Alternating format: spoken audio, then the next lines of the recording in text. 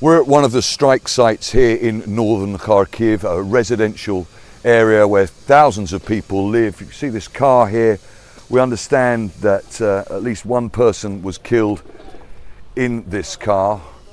If you pan up and have a look at some of the houses here as well, the flats, people trying to repair as much as they can, or at least block their broken windows before nightfall. It's unclear as to what kind of projectile this was. Certainly the security services here are not telling us. But this hole in the ground here we understand to be the impact site. Quite a small hole in relation to the extent of the damages. If you look up at the buildings here, you can see obviously not a single window has remained complete.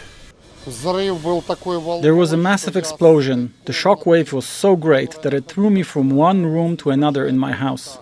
This is a huge tragedy for Ukraine. In the last few weeks, the situation has gotten worse because the shelling is so random. I studied at the school. My daughter too. And I work here. This is an absolute horror.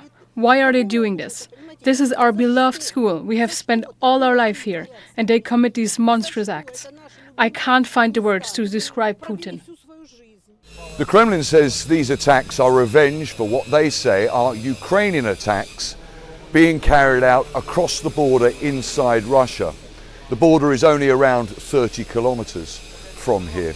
But it's safe to say that these attacks are growing both in frequency and intensity virtually every day. There's no noticeable military or strategic target in this area. This seems, at least on the surface, to be a purely residential neighbourhood. There are thousands of people who live here who will be going to bed tonight afraid again. Stratford, Al Jazeera, Kharkiv.